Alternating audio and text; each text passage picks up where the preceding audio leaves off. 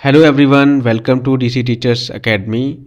आज हम इस वीडियो के माध्यम से शुरुआत करने जा रहे हैं सुपर टेट के कुछ इम्पॉर्टेंट टॉपिक्स के बारे में। कुछ इम्पॉर्टेंट जो आपके विषय हैं, आपके सुपर टेट में जो पूछे जाते हैं, उनको हम एक एक करके कवर करेंगे। जैसे कि आप सभी को पता है, आपको दिख रहा होगा और आप सभी ने सुपर टेट का सिलेबस देखा होगा। सुपर टेट का जो सिलेबस है उसमें आपके कई सारे सब्जेक्ट हैं। जैसे आपको यहाँ दिख रहा होगा हिंदी, संस्कृत, विज्ञान, गणित, पर्यावरण एवं सामाजिक अध्ययन, शिक्षण कौशल, बाल मनोविज्ञान, सामान्य जो करंट अफेयर है वो है इसमें, तार्किक ज्ञान है और सूचना तकनीकी मतलब कंप्यूटर है, जीवन कौशल है। ठीक है, तो ये सारे आपके सब्जेक्ट हैं जो आपके सुपर टेट में पूछे जाएंगे। ठीक है, तो एक एक करके जितने भी हैं हम उन सभी चीज़ों के बारे में डिस्कस करेंगे। और अभी आपके पास पर्याप्त समय है, और जहाँ तक है आपका जो पेपर होगा इसका अप्रैल या मई में होगा, क्योंकि अभी तो वैकेंसी आने से रही, क्योंकि यूपी टेट ही आपका जनवरी में होगा। तो जनवरी आपका पूरा निकल जाएगा यूपी टेट को ऑर्गेनाइज कराने में, रिजल्ट देने में, और उसके बाद में फिर आपके चुनाव आ जाएंगे उत्तर प्रदेश में। तो कुल मिलाकर के आपका जो सुपर टेट का एग्ज़ाम होगा वो लगभग अप्रैल या मई में होने की संभावना है। तो अभी आपके पास प्रॉपर समय है, आप धीरे धीरे भी अगर पढ़ोगे तो आप अपना सारा सिलेबस कवर कर लोगे। तो आज हम शुरुआत करेंगे पर्यावरण एवं सामाजिक अध्ययन के बारे में। तो पर्यावरण सामाजिक अध्ययन का एक एक टॉपिक यहाँ से उठाएंगे और उसको क्लियर करेंगे, उसको ख़त्म करवाएंगे। ठीक है, तो यहाँ पर आप टॉपिक देख रहे हो कि कौन कौन से टॉपिक हैं आपके। पृथ्वी की संरचना है, मतलब पृथ्वी की आंतरिक संरचना हो गया यहाँ पे, नदियाँ, पर्वत, महाद्वीप, महासागर, जीव, प्राकृतिक संपदा, अक्षांश और देशांतर, सौर मंडल, भारतीय भूगोल, भारतीय स्वतंत्रता संग्राम, भारतीय समाज सुधारक, भारतीय संविधान, हमारी शासन व्यवस्था, यातायात एवं सड़क सुरक्षा, भारतीय अर्थव्यवस्था एवं चुनौतियां, हमारी सांस्कृतिक विरासत, पर्यावरण संरक्षण, प्राकृतिक आपदा प्रबंधन। तो ये सिलेबस है, ये 10 मार्क्स का है आपका यहाँ पे। तो यहाँ पे हम इसको एक एक करके जितनी भी चीज़ें हैं वो कवर करेंगे। तो आज इस वीडियो में हम कवर करेंगे सिर्फ और सिर्फ यहाँ पर सौर मंडल के बारे में। जो सौर मंडल वाला पार्ट है हम उसको कवर करने वाले हैं। ठीक है, और कोशिश मैं ये करूँगा कोई भी टॉपिक आपका नहीं छूटे, सारे टॉपिक कवर कराऊंगा। आप कॉपी पेन लेकर के बैठना, नोट्स बना लेना। ठीक है, अगर नोट्स भी नहीं भी बना रहे हैं तो आपको PDF दे दी जाएगी। और बस आपको करना क्या है, अगर आपको वीडियो अच्छा लग रहा है तो वीडियो को शेयर करना है। जिस भी स्टडी ग्रुप में जुड़े हुए वहाँ शेयर कीजिए इसको, और मैक्सिमम लोगों के पास शेयर करिए, जिससे कि मुझे और भी मोटिवेशन मिले वीडियो बनाने का। इसके अलावा अगर हम बात करें तो आज हम इस वीडियो में इसमें एक साथ 2 सब्जेक्ट को लेकर के हम लोग चलेंगे। कहने का मतलब यह है कि एक दिन में आपको 2 वीडियो मिलेंगे। तो एक वीडियो मिल जाएगा आपका पर्यावरण एवं सामाजिक अध्ययन का, और दूसरा हम गणित को भी लेकर के साथ में चलेंगे। तो इन 2 टॉपिक्स को हम एक साथ कवर करने वाले हैं। इन 2 टॉपिक्स की वीडियोस आपको यहाँ पे सारी मिल जाएंगी। ठीक है, और धीरे धीरे कर करके हम जितने भी विषय हैं आपके सारे विषयों को हम यहाँ पर कवर करेंगे। हालांकि मेरे शिक्षण कौशल है आपका और जीवन कौशल है, इन सब के वीडियोज़ डले हुए हैं ऑलरेडी पहले से, और भी हम बेहतर तरीके से सुधार करने की कोशिश करेंगे, और भी एक अच्छी तरीके से एक प्लेलिस्ट बनाएंगे हम शिक्षण कौशल की, जीवन कौशल की, बाल मनोविज्ञान की, जितने भी विषय हैं सभी की। ठीक है, तो बस आपको करना क्या है, हमें थोड़ा सपोर्ट करना है, शेयर करना है वीडियोस को, लाइक करना है, सब्सक्राइब करना है चैनल को। ठीक है, तो चलिए अब हम बढ़ते हैं। हमारा मेन टॉपिक कौन सा है, सौर मंडल के बारे में हम चर्चा करेंगे। तो आज हम बात करने वाले हैं सौर मंडल के बारे में। सौर मंडल में हम सबसे पहले शुरुआत करेंगे ब्रह्मांड से करेंगे, क्योंकि सौर मंडल जो है कहीं ना कहीं ब्रह्मांड का ही एक छोटा सा हिस्सा है। तो सबसे पहले हम ब्रह्मांड के बारे में जान लेते हैं। ब्रह्मांड के बारे में जो भी इंपॉर्टेंट पॉइंट है वो हम आपसे डिस्कस करेंगे। ज़्यादा डिटेल में नहीं जाना है, जो चीज़ें ज़रूरी हैं उतनी ही पढ़ाऊँगा।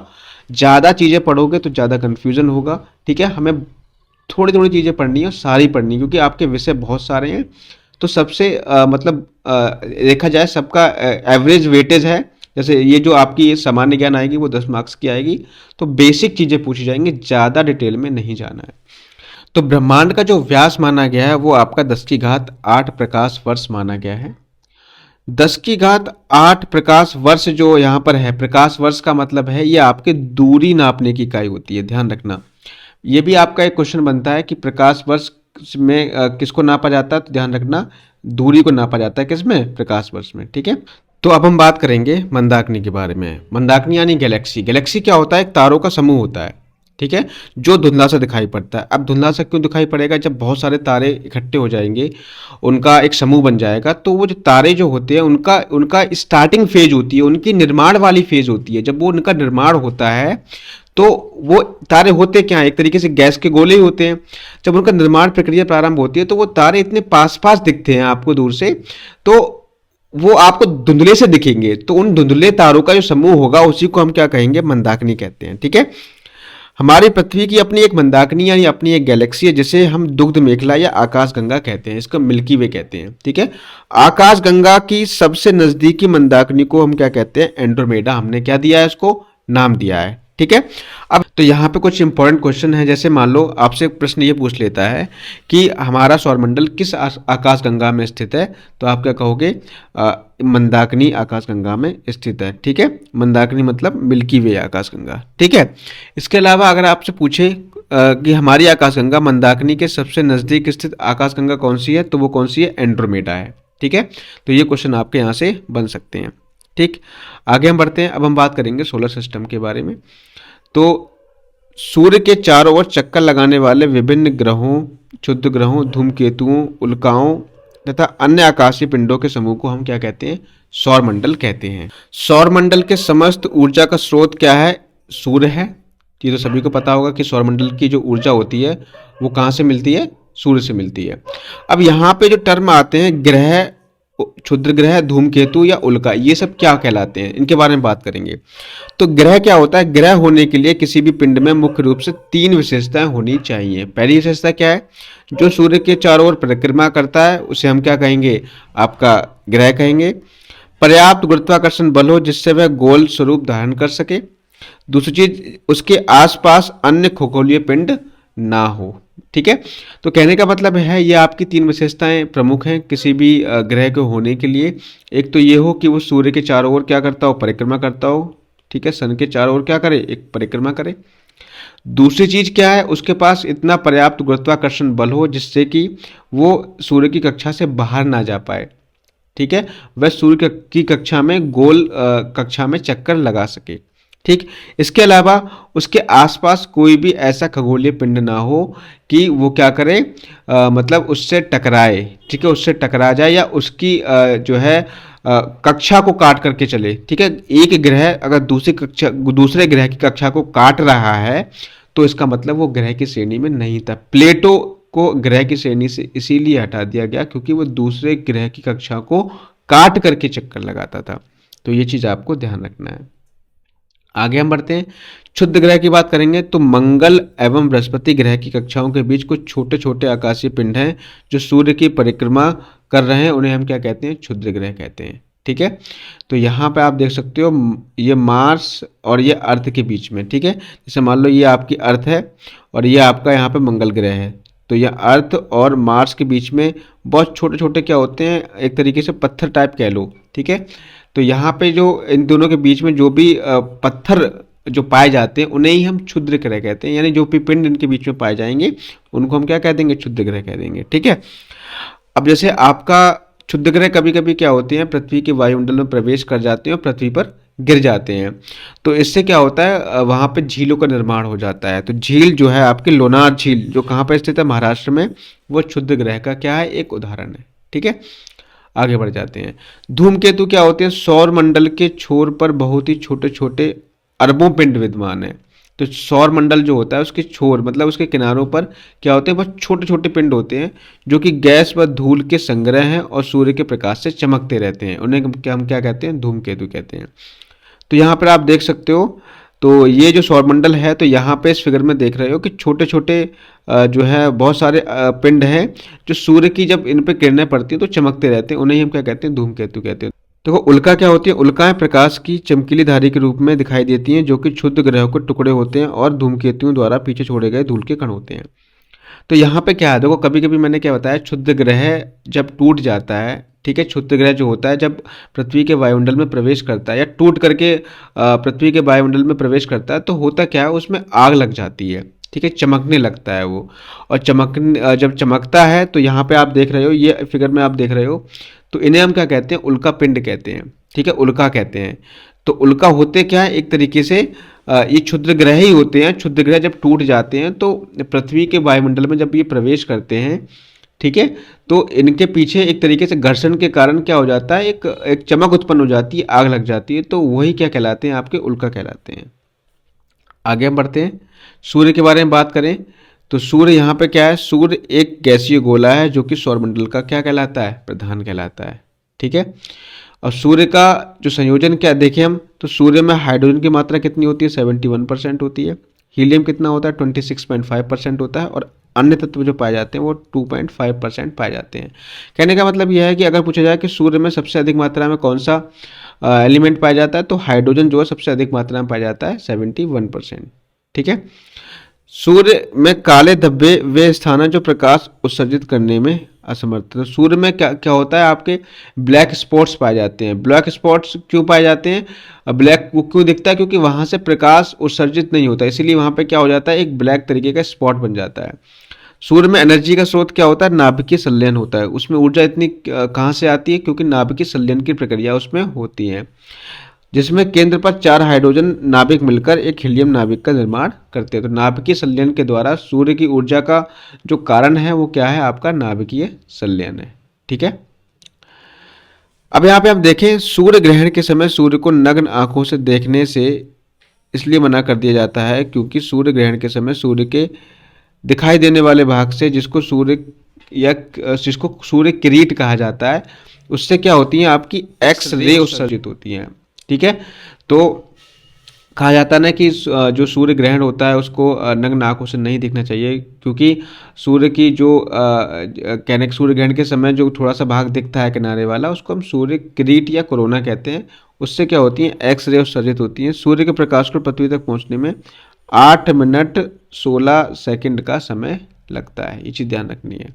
ठीक है, और सूर्य के केंद्रीय सिद्धांत के बारे में किसने बताया, कोपरनिकस ने बताया। और ग्रह कक्षाओं के नियम की खोज किसने की थी, आपके केपलर ने की थी। मतलब ग्रह किस तरीके से सूर्य की चारों कक्षा में चक्कर लगाते हैं, उसकी नियम की खोज किसने की थी, आपकी केपलर ने की। तो यहाँ पे तारे के रंग को देख करके हम किस तरीके से बताएंगे, तो नीला रंग जो होता है, नीले रंग का जो तारा होता है, ठीक है, उसका जो तापमान होता है वो सबसे अधिक होता है। ठीक है, अगर किसी भी तारे का रंग नीला है तो वो उसका तापमान इसका मतलब क्या है, सबसे अधिक है। ठीक है, अगर नीला श्वेत है तो उसका कम होता है। और अगर आपके पीला तारा है तो उसका तापमान जो है 6000 से 4900 डिग्री केल्विन के बीच में होता है। तो बेसिकली आपसे क्वेश्चन यही पूछेगा कि सबसे अधिक तापमान वाले तारे का रंग कैसा होता है, ध्यान रखना नीला होता है, और सबसे कम लाल पे होता है। अगर किसी भी तारे का रंग लाल है तो इसका मतलब ये है कि वो जो है आपका मृत अवस्था की ओर है और उसका तापमान जो है सबसे कम रहता है। ठीक है, और आपसे पूछा जो नॉटिकल यूनिट जो होती है वो किसके बराबर होती है, तो 1.496 इंटू 10⁻11 मीटर के बराबर होती है, जिसको हम कहते हैं खगोलीय इकाई। क्या कहते हैं इसको, हम खगोलीय इकाई कहते हैं। तो एक खगोलीय इकाई जो होती है वो आपकी 1.496 इंटू 10⁻11 मीटर के बराबर होती है। ठीक है, ये इम्पॉर्टेंट पॉइंट है, सारे इम्पॉर्टेंट पॉइंट है, आप इसको नोट कर लीजिए। इसके अलावा अगर हम बात करें सूर्य के बारे में, तो सूर्य के बारे में जो है इसका व्यास कितना है, 13.84 लाख किलोमीटर है। केंद्र का तापमान जो होता है इसका 15 मिलियन डिग्री सेल्सियस है सूर्य का। ठीक है, और इसके अलावा अगर हम बात करें सूर्य का जो की आंतरिक संरचना है, अगर सूर्य की आंतरिक संरचना के बारे में बात करें, इसके अलावा हम बात करें सूर्य की आंतरिक संरचना के बारे में, तो यहाँ पे हम लिख देते हैं सूर्य की आंतरिक संरचना। सूर्य की आंतरिक संरचना। तो सूर्य की जो आंतरिक संरचना है उसको हम अगर सूर्य के अंदर जाएंगे तो देखेंगे कि जो इसके सूर्य की आंतरिक संरचना के अनुसार सूर्य को 3 भागों में बांटा गया है। कौन कौन से भाग है, तो पहला भाग जो होता है वो आपका होता है केंद्र। पहला क्या होता है, केंद्र, जिसको हम कोर कहते हैं, इंग्लिश में क्या कहते हैं, उसको हम कोर कह देते हैं, ठीक है।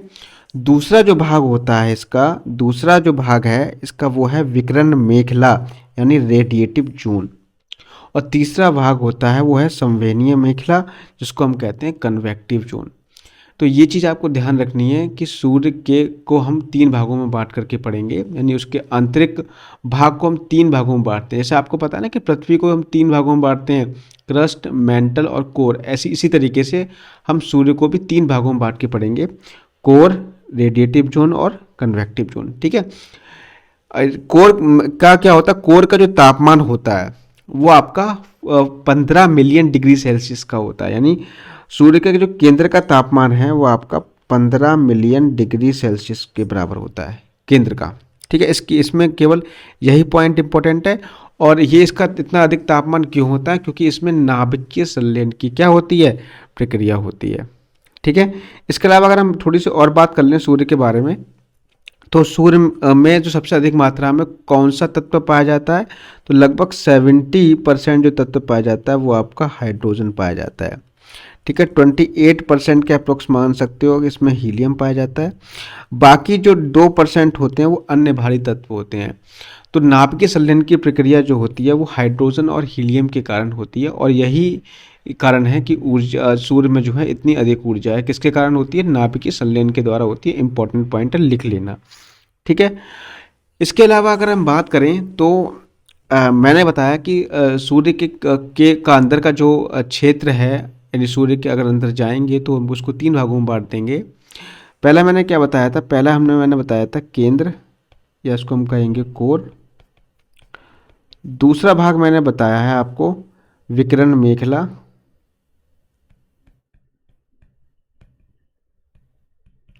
और तीसरा भाग मैंने जो बताया है आपको वो है आपका संवहनीय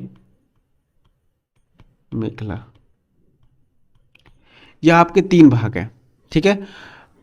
जो आपका केंद्र है यानी कोर है, उसकी जो विशेषता है वो है इसके जो केंद्र का तापमान है 15 मिलियन डिग्री सेल्सियस होता है, और जो नाभिकीय संलयन की प्रक्रिया होती है वो केंद्र में ही पाई जाती है। इसके अलावा बात देखें, अब विकिरण मेखला की बात करें तो विकिरण मेखला जो है वो आपकी, इसका जो व्यास होता है वो विकिरण मेखला का वो 3.82 लाख किलोमीटर होता है। 3.82 लाख किलोमीटर इसका व्यास होता है। इतना इम्पोर्टेंट नहीं है ये, ठीक है। तो आप बस इसका पार्ट ध्यान रख लें कि सूर्य के तीन भाग होते हैं, केंद्र, विकिरण मेखला, संवहनीय मेखला। इसके अलावा आपको कुछ नहीं पढ़ना है। अब हम बात करेंगे सूर्य के ऊपरी मंडल के बारे में। जैसे अभी हमने बात की कि सूर्य के आंतरिक मंडल में क्या क्या होता है, तो सूर्य के आंतरिक का जो भाग है, अंदर का जो भाग है, उसको तीन भागों में हमने बांट दिया था। तो कौन कौन से थे, केंद्र या कोर, फिर था आपका विकिरण मेखला, फिर थी संवहनीय मेखला। अब हम सूर्य के ऊपरी भाग के बारे में बात करेंगे। सूर्य का जैसे जो एटमॉस्फेयर होता है, जैसे अपने पृथ्वी का आंतरिक भाग होता है, फिर पृथ्वी का बाहरी भाग होता है, जैसे हम लोग बांटते हैं क्षोभ मंडल, सप्ताह मंडल, मध्य मंडल, आयन मंडल, बहिर्मंडल। इसी तरीके से हम सूर्य के जो ऊपरी मंडल है उसको भी हम आपके तीन भागों में मेनली बांटेंगे, ठीक है। तो तीन भाग कौन कौन से हैं आपके, तो सबसे पहला जो भाग होता है वो होता है आपका फोटोस्फीयर। कौन सा भाग होता है, सबसे पहला भाग है आपका फोटोस्फीयर, जिसे हम कहते हैं आपका प्रकाश मंडल,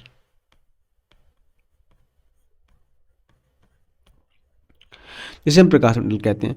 दूसरा भाग जो होता है वो आपका होता है क्रोमोस्फीयर, जिसे हम क्या कहते हैं, जिसे हम कहते हैं वर्णमंडल, वर्ण मंडल। थर्ड भाग जो होता है वो होता है आपका कोरोना, ठीक है, जिससे हम क्या कहते हैं, कोरोना, कोरोना, ठीक है। कोरोना वो वाला कोरोना नहीं जो अभी चल रहा है, ये कोरोना एक तरीके से पहले का ही नाम है, ठीक है। तो सबसे बाहरी जो परत होती है सूर्य की उसे हम किरीट या कोरोना कहते हैं, और सूर्य ग्रहण के समय में आपका यही चीज़ दिखाई देती है, ठीक है। तो हम थोड़ी थोड़ी सी विशेषताएं इनके बारे में हम वो बात कर लेते हैं। बात करें कि जो प्रकाश मंडल का जो तापमान होता है वो कितना होता है, प्रकाश मंडल का जो तापमान है वो आपका 6000 डिग्री सेल्सियस होता है, इंपॉर्टेंट है। सूर्य के केंद्र का ताप कितना होता है, वो 15 मिलियन डिग्री सेल्सियस होता है, लेकिन बात करें कि प्रकाश मंडल का जो तापमान होता है वो आपका 6000 डिग्री सेल्सियस होता है। इसके अलावा बात करें कि सौर कलंक कहाँ पाए जाते हैं, तो सौर कलंक भी जो पाए जाते हैं वो आपके प्रकाश मंडल में ही पाए जाते हैं, सौर कलंक। ठीक है।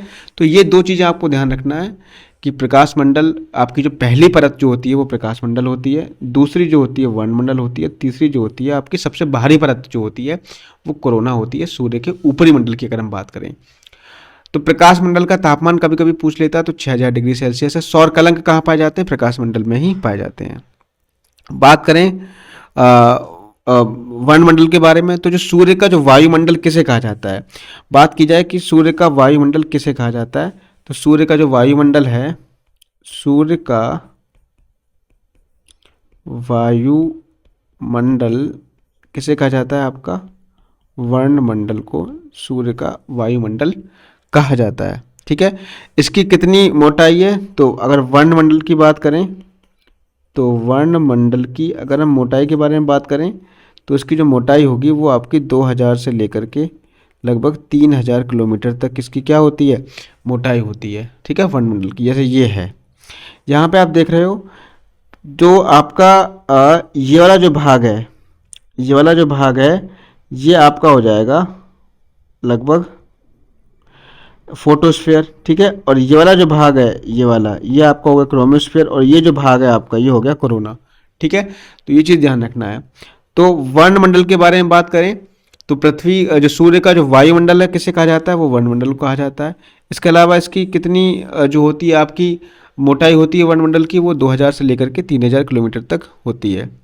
ठीक है। इसके अलावा अगर हम बात करें कि यहाँ पे क्या होता है, यहाँ पे गैसों का जो घनत्व होता है ये कम होता है। जैसे आपका प्रकाश मंडल जो सबसे पहला होता है वहाँ पे गैसों का घनत्व सबसे अधिक पाया जाता है, लेकिन वर्णमंडल में जो गैसों का घनत्व होता है वो कम पाया जाता है। गैसों का घनत्व कम पाया जाता है किसमें? वर्णमंडल में। तो इसमें बस आपको यहाँ पर यही दो विशेषताएं आपको ध्यान रखनी है। ठीक है। तो अब हम बात करेंगे सूर्य की जो बाहरी परत मानी जाती है वो आपकी कोरोना मानी जाती है। ठीक है, तो कोरोना की क्या विशेषताएं हैं? कोरोना कोरोना जो है सूर्य के सूर्य की जो मंडल की है वो सबसे बाहरी परत होती है कोरोना। ठीक है, और यहाँ पे आपकी सौर पवनें पाई जाती हैं, सौर पवनें पाई जाती हैं। तो ठीक है, इसकी यही विशेषता है। और सूर्य ग्रहण के समय कौन सा भाग दिखाई देता है? तो कोरोना दिखाई देता है। सूर्य ग्रहण के समय कौन सा भाग दिखाई देता है? तो कौन सा है? कोरोना।